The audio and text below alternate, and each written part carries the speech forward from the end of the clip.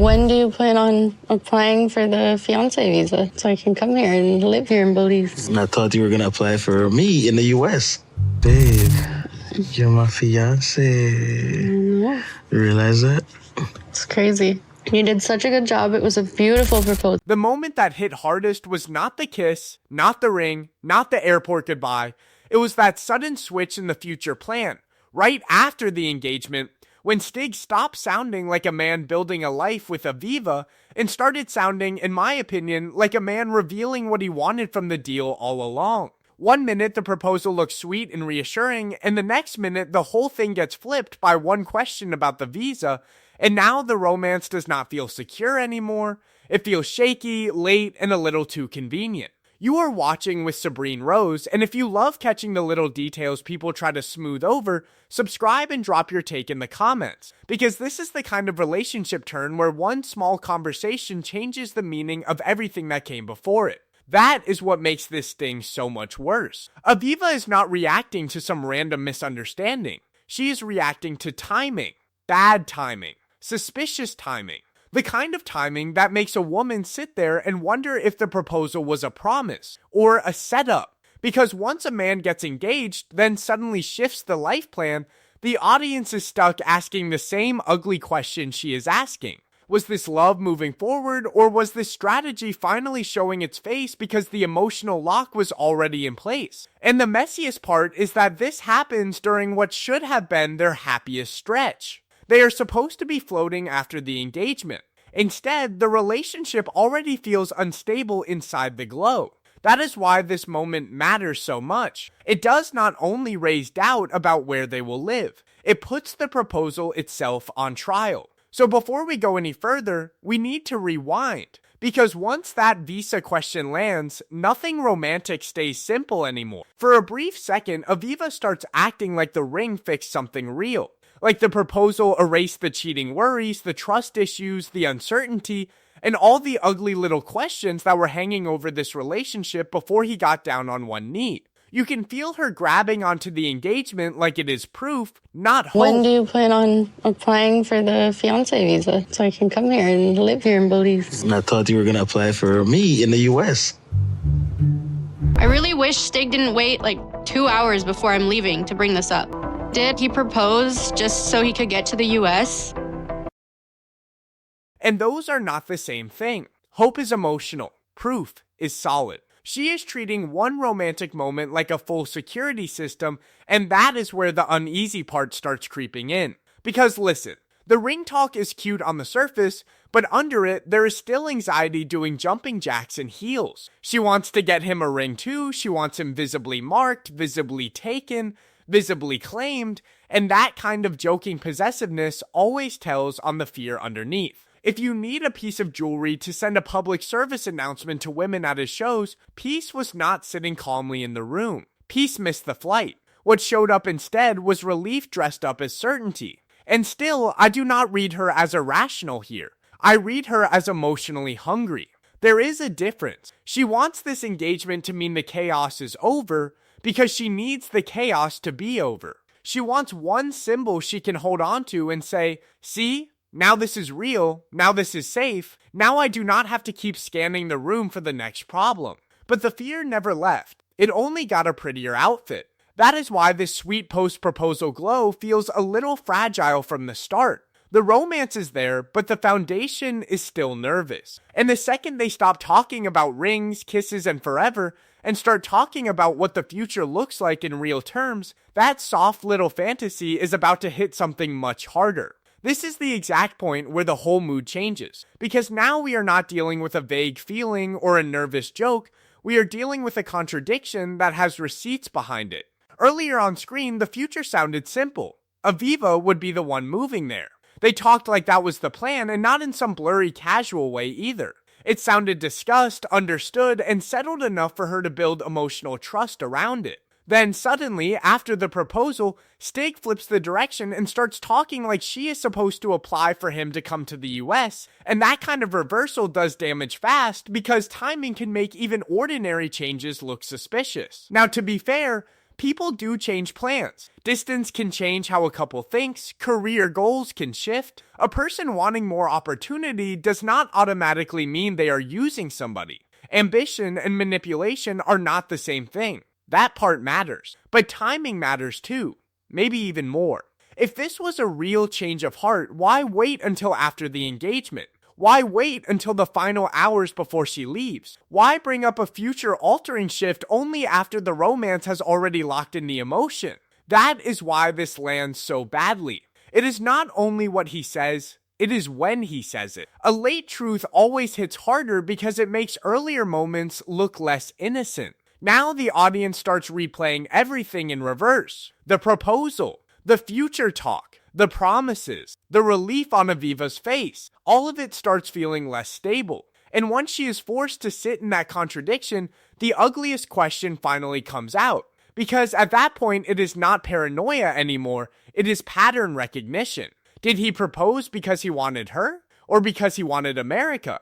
The second money enters the conversation, the romance starts losing its glow. Because now the question is not only who loves who. Now the question is, who carries who? And that sugar mama line lands harder than he seems to realize. Because sometimes people hide the most uncomfortable truth inside a joke and then wait to see if the other person laughs instead of flinching. Stig says it playfully, but Aviva's reaction tells you she hears the danger under it right away. She does not want to be pregnant, working, sponsoring him, paying bills, and trying to call that a balanced start to a marriage. That fear is not shallow. That fear is practical. If he comes to the US, she is the one taking the early hit. She becomes the support system before she gets to see whether he will become a true partner once the dust settles. Housing, expenses, legal waiting time, emotional pressure, family planning, all of that starts piling onto her side first. And none of this is shameful in itself. Plenty of couples go through an uneven start. The problem is not temporary dependence. The problem is the way he talks about the upside before he talks about the burden. Listen to where his energy rises. America means more money, more opportunity, bigger artist circles, a better market. He sounds most animated when the future starts sounding profitable. That does not prove bad intent by itself, but it does change the feeling of the conversation. Aviva is thinking about partnership and risk. He is thinking about access and expansion. That mismatch is where the dread starts creeping in. Because once love begins sounding like sponsorship, the relationship stops feeling like a dream and starts feeling like a cost sheet. And if he has already pictured the American upgrade this clearly, then you have to wonder how long this plan has been sitting quietly in his head. And this is where the whole thing starts feeling less like a surprise conversation and more like a quiet pressure campaign. Because Stig does not only drop a major future change at the last minute, he also wants action fast, and that detail matters more than people think. He ties speed to the dream Aviva is already emotionally attached to, the baby, the family, the idea of closing the distance and starting their life, and when someone connects urgency to your softest spot, the conversation stops being neutral. It starts feeling steered. That is why this part reads sharper. Some people do not push by raising their voice. They push by picking the right moment, using a soft tone, and making delay feel like lost destiny. File soon, move soon, start the family sooner. That is not brute force. That is emotional acceleration. And whether he means it innocently or not, the effect is the same. Aviva is being asked to process a huge shift while also being told that love moves faster than doubt. Then he brings it up again in the car, and that repetition tells on him. If it were one awkward comment, you might write it off as bad timing. But once he circles back, the agenda starts showing. To be fair, there is a softer read here. Maybe he is impulsive, not manipulative. Maybe he is eager, not strategic. Maybe he finally sees the future clearly and wants to rush toward it. Fine. But eagerness still becomes pressure when it leaves no room for the other person to think. And that is what makes Aviva's response so frustrating and so sad at the same time. Because instead of holding the line, she starts softening. She starts folding back into the comfort of love. And the second that happens, the suspense gets worse. Because now the warning signs are not disappearing. They are getting absorbed. And this is where the story gets harder to watch, because Aviva is not faking any of this. Her feelings are real. She is emotional, grateful, overwhelmed, and fully leaning into the belief that what happened between them means something lasting. You can hear how hard she has fallen, and that sincerity gives the moment a softness that would be beautiful if the relationship underneath it felt stable. But it does not.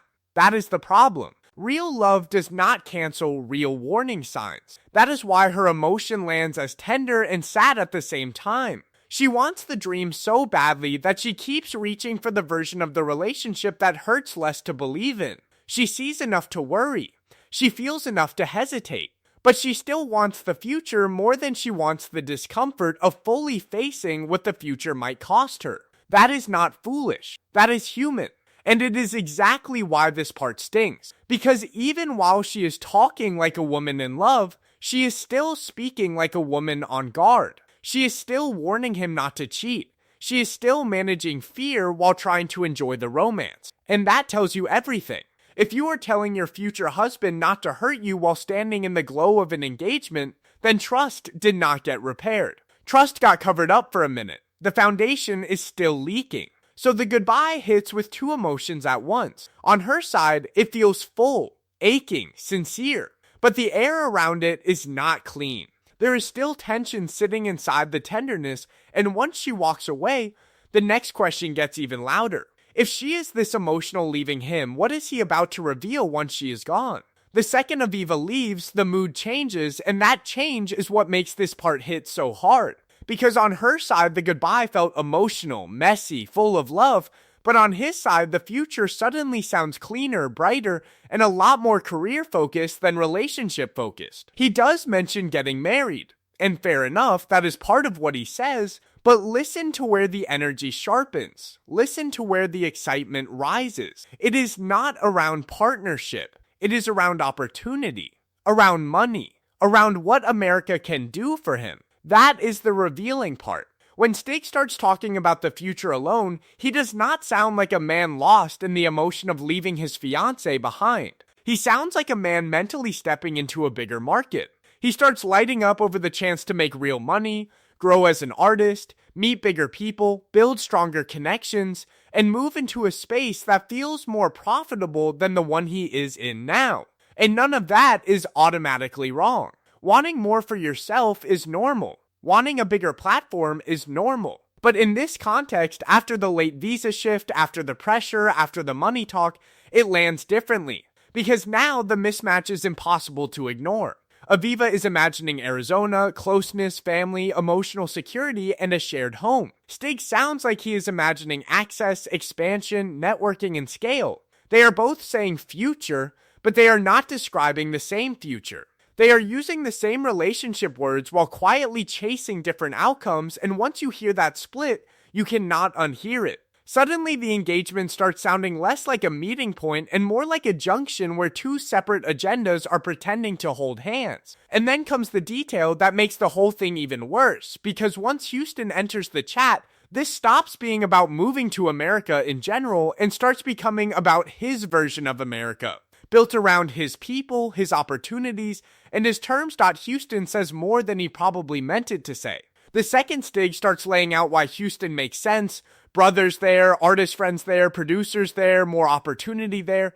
The whole future starts sounding arranged around his comfort, his network, his upside. And the missing piece is loud. Where is Aviva in this plan? Not centered. Not even properly considered. She feels less like a partner in the move and more like the person expected to make the move possible. That is why this lands badly. Ambition by itself is not a crime. Wanting better career options does not prove bad motives. A man can love someone and still want to go where the work is. Fine.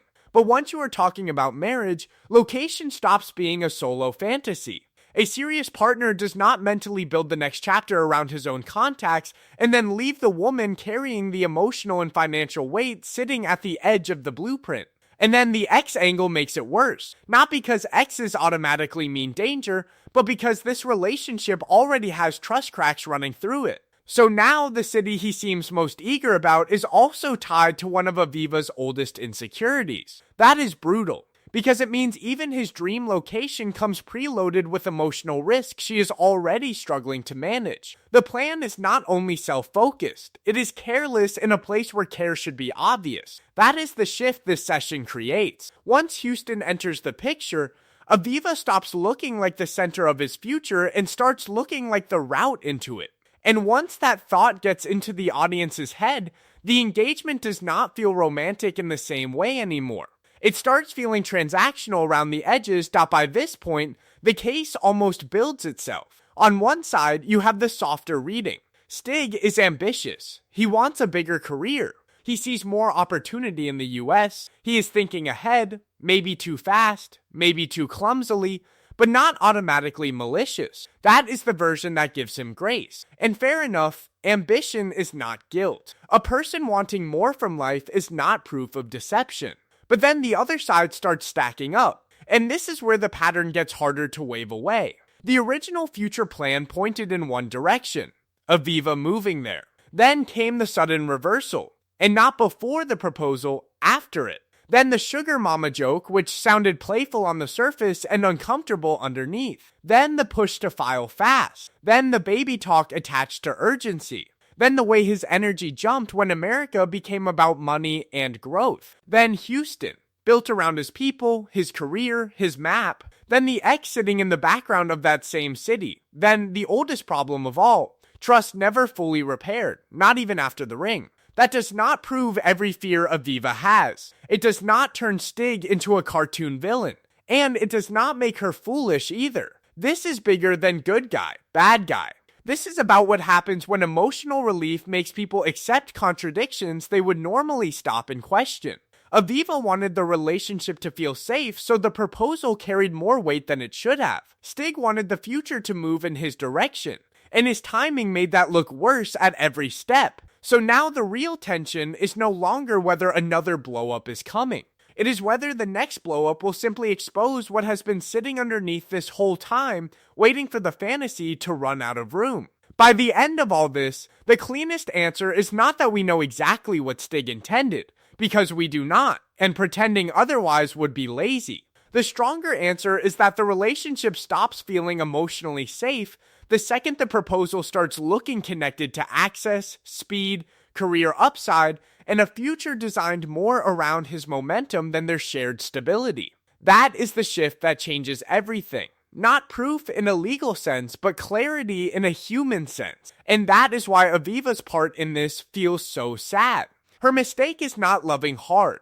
Her mistake is treating symbols like protection. She sees the ring, the tears, the goodbye, the idea of family, and she keeps trying to turn those things into something solid enough to quiet her fear.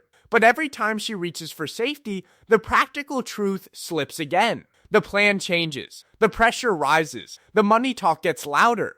The trust issue comes back wearing a new outfit. So the pain here is not only that she might be getting used. The pain is that she is trying to build peace out of signs that were never strong enough to hold her. And Stig's issue is not ambition by itself. Wanting more is normal. Wanting a bigger life is normal. The problem is where his ambition keeps showing up. It keeps surfacing in moments where partnership should be the focus, and once that pattern becomes visible, the engagement does not feel like the end of uncertainty anymore. It feels like the start of the real test. That is the payoff. Aviva thought the ring meant the chaos was over. In this story, the ring is where the deeper doubt begins. And once trust starts cracking in private like this, the next public moment does not create the damage. It exposes it.